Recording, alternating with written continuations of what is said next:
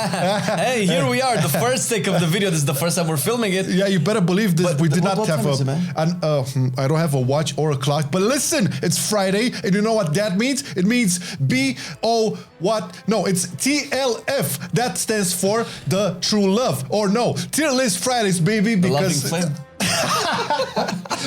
Okay, tier list. It's TLF, baby. It's good. It's good. This week we have tanks, man. Tanks. Tanks. Oh, well, yeah, because tanks, we like to have fun you need with more tanks. You need more tanks in this game so I can queue up as DPS quicker. But that's not the point. Yes, and tanks are fun, and we are ranking these tanks based on what we consider fun and taking into account, you know, the class fantasy, rotation, mechanics, survivability, mobility, and we can add a little bit of damage or healing there, you know, just a little bit of performance. In no way is this a meta talk or analysis of the Warcraft logs. We're just ranking them as we love them, as we enjoy them, you know, playing in content for like 10 keys to like 15s and stuff, so yeah, it's and rating too, so yeah, it's rate as well. Let's just start it off, Flame. Let's just start off with one of your favorites, Blood Decay. Well, Blood Decay has also recently been addressed by the 9.1.5 PTR notes with, which is, I mean, they're buffing the consumption talent, which is good, but it's probably still not gonna be enough from the looks of it because it's just competing against a really good talent. But what's important to take from this is that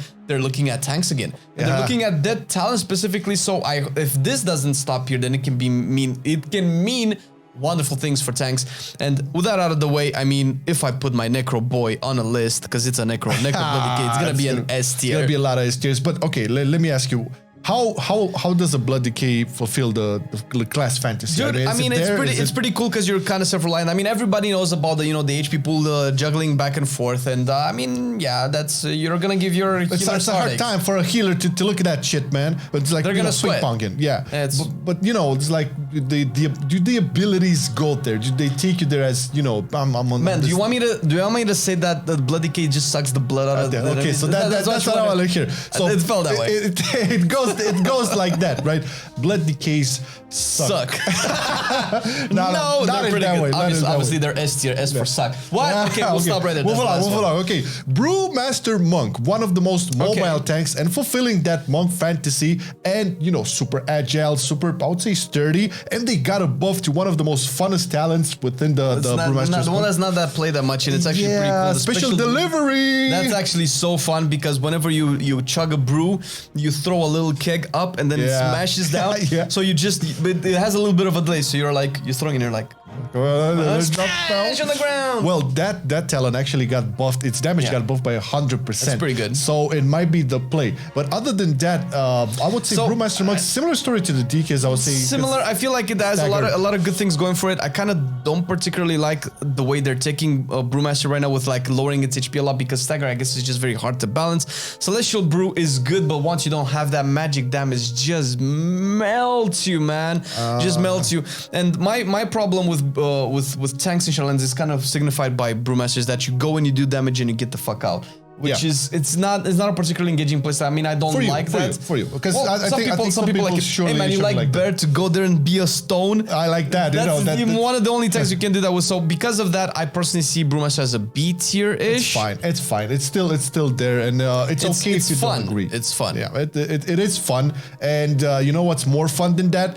Playing a Bear tank, because you did mention Bear, and this is at least for me, and I know for Stan, our Patreon, he's also playing Bear, and he's having a lot of fun with it. Okay, I don't see it as S tier because I have another contender, but A tier towards it. You would put it on S tier? I agree with A tier. A tier is S tier would be if it had a little bit more going on. Yeah, it's simple. That's the only thing, right? It doesn't have to be complicated, okay, to have fun. No, it does not. It's something like a criteria we kind of sometimes go for, but you're gonna see like another tank which is not really that complicated. It's gonna make it into S tier just because of the sheer fantasy of it. There's something to be said about being a big fat bear and not caring about damage. It feels like even though the rotation doesn't have that much in depth and much going on, you do feel like a tank. You feel like, okay, I'm popping my Iron first, I'm popping my Thrash, I'm popping even Incarn, and I'm immortal. And that's a good feeling to have. And I think Bear is probably the only tank that can actually do this, except for Paladin, which just pops Bubble. But you can actually feel immortal as a tank. Unless you just go out of your way to pull half the dungeon, you're probably not gonna die once you have your Incarn out. Yeah, and that's a great thing for, I think it's the only tank that can feel like that, probably so, yeah. And it's something that you can definitely find fun as a tank if you are able to just stand in the middle and take everybody on. And you got to remember, man, Guardian does some ridiculous damage too. Damage is crazy, man. So especially like, you know, if you play Night Fae and, you know, you have this I would say tactic to just, you know, pull convoke. a big, and then pull and you have to root him, then convoke. Oh man, that's great. So definitely an A tier. Now let's check out the Prot Paladin. This is also a very hard one to place for me because in terms of fun, Prot Paladin is, for me personally, probably has the most fun playstyle out of all of them. It has so many buttons that do all sorts of cool stuff. You throw your goddamn shield. You know what? I used to believe that, but since I've I know what you're gonna say, man. Prot Paladin is okay. Prot Paladin is close to being maybe one of the best tanks in terms of feels for me in the game. If they could just fix Shield of the Righteous to actually feel like you're mitigating damage once you press it, that would be really cool, because outside of that, Prot Paladin just has the fancy there. Oh man. You throw your shield, you heal your allies, you pull like Consecration down and you take less damage. You have like really cool cooldowns, big shields, Valkyries protecting all that flashy, kind of stuff. bombastic. Fantastic. I think Prot Paladin's actually... Aztec. Ass kick? Ass kick. But where is it? For me, it's A tier. It could be S tier if I could actually Shield of the Righteous pulls it down. This is the... Yeah, Shield of the Righteous pulls it down because... see, when you press Iron 4, you feel like, shit, nothing's gonna fuck with me. Yeah, I mean, if you get, you know, proper stacks and maintain them, of course, right? But you cannot spam Shield Righteous to get extra stacks. So when you press it, you're like, I hope shit doesn't fuck with me. That's kind of how it is. It's a shame because Shield of the Righteous is the active mitigation of the Prot Paladin, and it is kind of weak. Like we talked about this in previous tier lists. Once you get into a bigger and bigger, I would say higher echelon of content, Shield of the Righteous is basically shitty, and you have to rely a lot on World of Glories and, you know, self-healing and stuff. You turn into kind of a blood decay then, so it's a little bit weird. But okay, one of the greatest tanks to ever live in Azeroth and, you know, Shadowlands and Pro Warrior is basically doing everything that Paladin is not doing. It's a less flashy than Paladin, and but it's OG.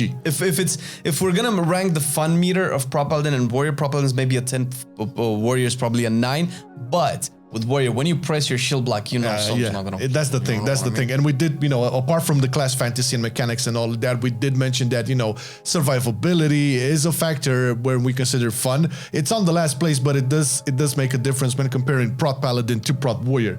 And because of this... For me, Warrior is a very for sure. S tier for sure. Now, you mentioned, you know, that Prot Paladin is more flashy, you know, it's probably more fun, and Prot Warrior is not like that. I would argue that Prot Warrior has the more meaty, gutty feel to it, more 100%, visceral feel, 100%. And you know, Prot Paladin has the flash. If I would like put him into a really cool concept or analogy, Prot Warrior is like that dude that runs towards the dragon and smashes its face with the shield, and Prot Paladin is the dude that plants its shield down and everybody behind it takes no damage when the dragon breathes fire. That's the fantasy, and Prot Paladin is close to doing that. If it can just do that, man, it's good. But once again, all of these tanks are fun in their own capacity. This is something that we consider fun. It's not a universal law, and you can 100% disagree. You can let us know in the comments. But before that, there's one more tank that we would like to address here, and this is the Vengeance Demon Hunter. And I know people